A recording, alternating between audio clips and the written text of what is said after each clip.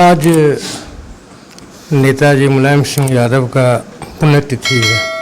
आप लोग पुण्यतिथि मना रहे हैं।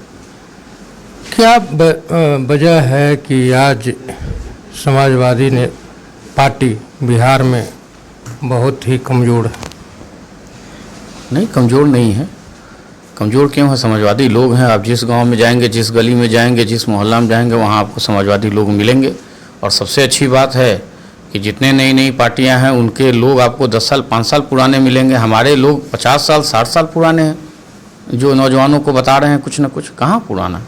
कहीं कोई दिक्कत नहीं। राजनीतिक दल का मतलब चुनाव लड़ना इस लोकतंत्र में व्यवस्था है, लेकिन समाजवादी पार्टी पिछले कई चुनावों से चुनाव नहीं लड़ रही। नहीं, वो समाजवादी पार्टी का वो ऐसा प्लानिंग है, क्योंकि इंडिया गठबंधन चुनाव लड़ रही है और इंडिया गठबंधन हमारे नेताजी नहीं बनाया है। तो ऐसा हम लोग प्लान आउट कर रहे हैं कि किसको कहाँ लड़ना है, नहीं लड़ना है। ऐसा नहीं है कि समाजवादी पार्टी लड़ नहीं रही। हमारे राष्ट्रीय अध्यक्ष जी आए, हम लोग अपने हिसाब से मैनेज किए हुए हैं। हम देख रहे हैं कि हमको लड़ने से, रुकने से क्या फ़ायदा होगा, हम कैसे ऐसे सत्ता को हटा पाएँ जो लोगों के लिए काम नहीं कर पा रही हैं। ये हमारा एक प्लानिंग है। ऐसा नहीं कि हम नहीं लड़ रहे हैं, हम तो लड़ रहे हैं। हमारे राष्ट्रीय अध्यक्ष जी आए थे, हम अभी भी आगे काम करेंगे। समाजवादी पार्टी का, या यूँ कहें समाजवादी जितने भी हैं, वो बिहार में हों, यूपी में हों, दूसरे राज्यों में हों, सभी ने समाजवाद को तिलांजलि देकर के परिवारवाद को बढ़ावा देने का काम किया। वही काम कहीं ना कहीं नेताजी मुलायम सिंह यादव का भी रहा। और उन्हें समाजवादी कैसे कहा जाए? थोड़ा सा इसको करेक्ट कर लिया जाए। हाँ, कराइए। करेक्ट ये किया जाए कि लोग ये आरोप लगाते हैं परिवारवाद का। इसमें दिक्कत क्या है? एक बात। दूसरी चीज़ है कि आप परिवारवाद किसको कहते हैं? अगर कोई व्यक्ति सामाजिक व्यक्ति है, समाज के लिए काम कर रहा है वर्षों, हो सकता है उसके पिताजी ने काम किया 40 साल 50 साल, एक पुश्त, उसके बाद नेक्स्ट जनरेशन आ रहा है, क्या दिक्कत है? क्यों नहीं आना चाहिए? हम तो स्वागत करते हैं। आप क्यों उसको परिवारवाद कह रहे हैं? नहीं, मैं नहीं कहता हूँ। जो भी दल है या जो भी, उनको समझ में नहीं आ रहा है। अच्छा। ऐसा है कि कोई चीज़ कैसे, अगर परिवारवाद है तो गारंटी डबल है।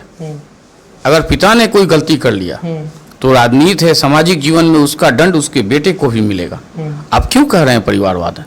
ये तो और बड़ी है, ये तो पिलर है। एक ही परिवार से 25-26 लोग जनप्रतिनिधि बने, मुखिया से लेकर के एमपी तक सभी नेताजी के परिवार से रहे। इसे परिवारवाद ना कहा जाए तो समाजवाद कैसे कहेंगे? समाजवाद बिना परिवारवाद के चलेगा ही नहीं। आप इसका एक उदाहरण मैं दे देता हूँ, आप उसको समझने का प्रयास करिए और शायद कहीं और मौका मिले तो आप पूछिए। हम सबका विकास करने चलते हैं। रोज नए नए भाषण हम दे रहे हैं मंचों से। क्या हम किसी नेता ने इतना हिम्मत है कि अपने भाई का विकास करके दिखाए?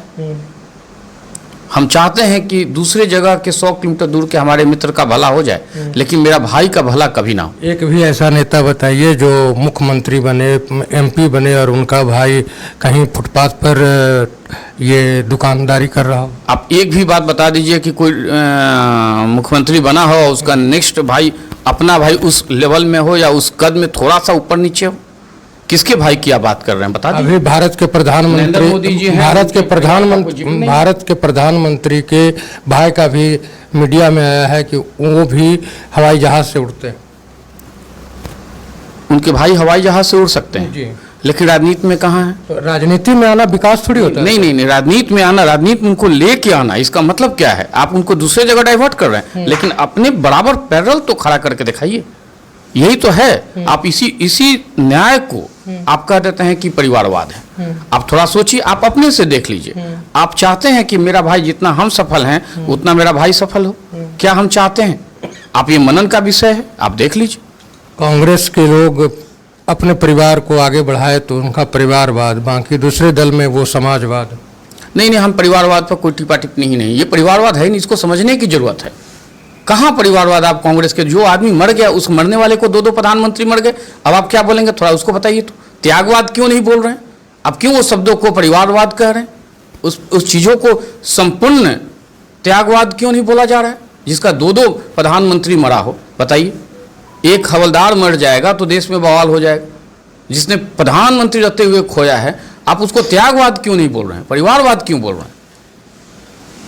बिहार में युवाओं का पलायन चल रहा है, दूसरे राज्यों में जाकर के बिहारी अपमानित हो रहे हैं, उस पर आपकी पार्टी का क्या सोच? इसमें मैं आपके साथ हूँ। निश्चित तौर पर बिहार के युवा बाहर जा रहे हैं, उनको यहाँ रोजगार नहीं मिल रहा है, काम नहीं मिल रहा है, जो माहौल चाहिए वो नहीं मिल रहा है। तो इसमें जरूर मैं इसमें आपके साथ हूँ, आपका समर्थन करता हूँ।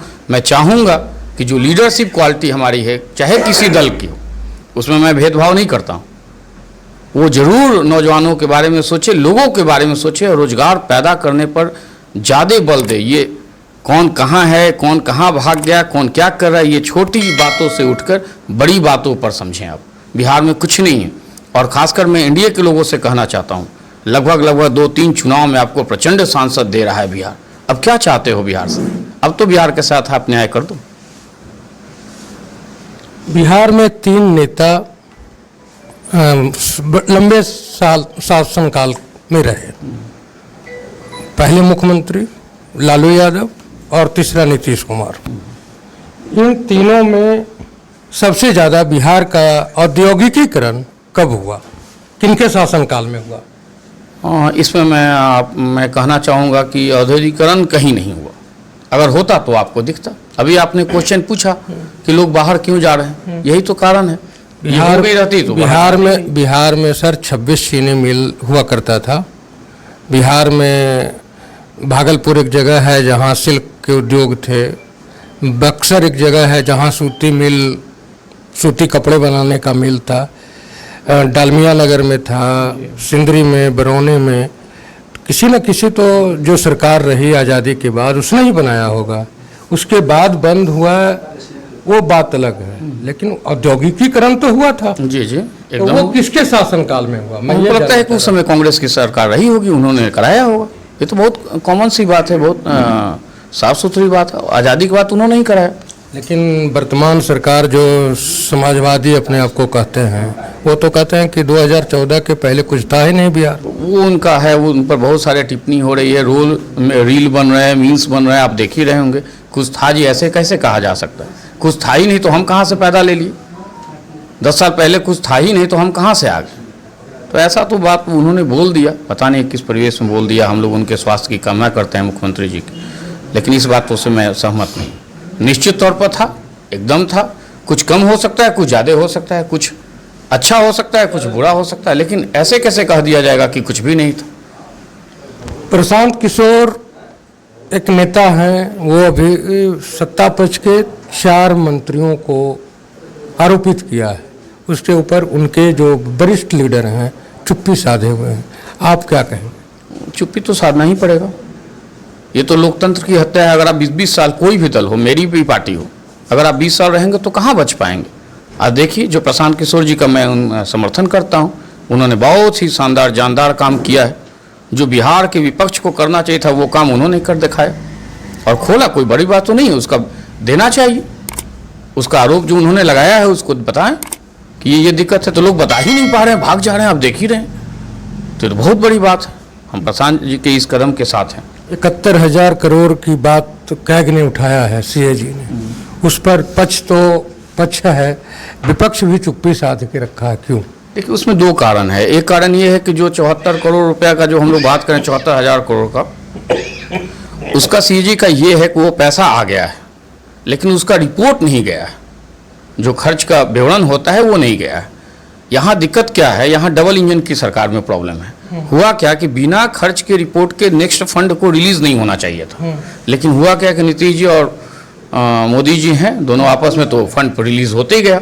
इतना ये फंड ही नहीं बढ़ता, ये घोटाला या ये टेक्निकल इशू नहीं आ पाता।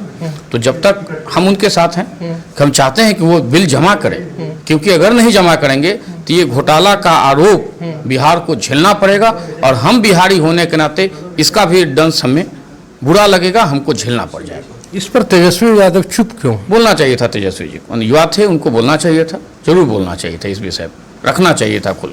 हम तो यहाँ इस विषय पर क्या, हम तो भाजपा के जो मंत्रीगण हैं उस पर भी तेजस्वी जी को खुल के बोलना चाहिए था, क्योंकि विपक्ष की भूमिका में वो हैं, जनता की आवाज़ है, एक बहुत बड़ी जनता की आवाज़ है। उसका रोल तो पूरा करना ही चाहिए। अशोक चौधरी पर 500 करोड़ का आरोप है, सम्राट चौधरी पर फर्जी नामा का आरोप है, लेकिन सबके सब चुप हैं। देखिए, इसमें एक झूठ हमको परोसा गया राजनीति में। एक बहुत ही शानदार बात रखी गई कि डबल इंजन की सरकार। हम लोग भी ये झांसा में आ गए कि शायद डबल इंजन की सरकार से कुछ ज़्यादा ही विकास हो। तो लेकिन 10-15 साल बाद मालूम चला कि डबल इंजन की सरकार का विकास यही है। आप कुछ भी झूठ बोलिए वो पच जाएगा। नहीं, अभी तक सर सुनने में आता था बिहार की सरकार, केंद्र की सरकार, कांग्रेस की सरकार, भाजपा की सरकार, गठबंधन की सरकार। अब पहले नीतीश की सरकार हुई, मोदी की सरकार हुई, और अब डबल इंजन। कहीं इंजन भी सरकार चलाती है क्या? ये सब अतिशोक्ति है। इसको आप राजनीति में, मैं थोड़ा अच्छा शब्द ही बोल सकता हूँ, लेकिन थोड़ा बुरा ही शब्द बोलता हूँ ताकि ये हो। ये चमचागिरी है ये सब राजनीति की। ये इंजन, उसकी सरकार, इसकी सरकार, केवल और केवल बिहार सरकार होना चाहिए और भारत सरकार होनी चाहिए। किसी का नाम का कोई महत्व ही नहीं। लेकिन होता क्या है कि लोगों को अच्छी बात बताने में बहुत प्रॉब्लम होता है, तो सीधे एक बार उठाता है कि मोदी सरकार और नीतीश सरकार। कहाँ नीतीश सरकार है, कहाँ मोदी सरकार है? कल है, कल नहीं रहेगा, कौन जानता है। तो हम तो खुद बोल रहे हैं। क्या दिक्कत है आपको भारत सरकार बोलने में? क्या दिक्कत है आपको बिहार सरकार बोलने में? क्या दिक्कत है? आप ये बोलो। ये शब्द आपका जुगों जुगों तक कभी काटा नहीं जा सकता है। आप इस शब्द का प्रयोग करो। क्यों हम प्रयोग करेंगे कि किसी फलना की सरकार है, किसी दूसरे की सरकार? नाम क्यों करेंगे? एक आखिरी सवाल है आपसे। अभी आप देख रहे हैं चुनावी तोहफे दी जा रही है सरकार की तरफ से। सरकारी खजाने का दोनों हाथ से उड़ेल करके लुटाना कहाँ तक लोकतंत्र में, चुनावी लोकतंत्र में उचित है? चुनावी लोकतंत्र में तो उचित नहीं है। लेकिन मैं ये चाहता हूं कि जो महिलाओं को मिल रहा है, जो शायद आप उसी की जिक्र कर रहे हैं, केवल महिलाओं को ही नहीं मिला। ठीक है, 10,000 मिलना, मैं भी उसके पक्ष में हूँ, सभी लोग पक्ष में। लेकिन चुनाव के 6 महीना पहले, 8 महीना पहले, ये 20 साल से इनकी सरकार है। कौन ऐसा मुहूर्त आया कि बस चुनाव के टाइम में उन्होंने? देखिए, है क्या कि अब कोई आपके पास रोजगार नहीं है। पूरे दारू बंद होने के चलते पूरा रोजगार आपका होटल व्यवसाय खत्म है नियम में। ऐसे तो चल रहा है, सब लोग जानता है, वो आपको बताने की जरूरत नहीं, हमको भी बताने की जरूरत नहीं। आप पेट्रोल डीजल आप देख लीजिए, आप अगल बगल के स्टेटों से 7-8 रुपया ज़्यादा पर है। तो आपके पास तो पैसे हैं नहीं। अगर ये कुछ अच्छा करना भी चाहते तो इनके पास पैसे थे नहीं, कहाँ से करते? अब इनको जब चुनाव हारने का डर आया तो अब ये स्टार्ट किए अपना देना।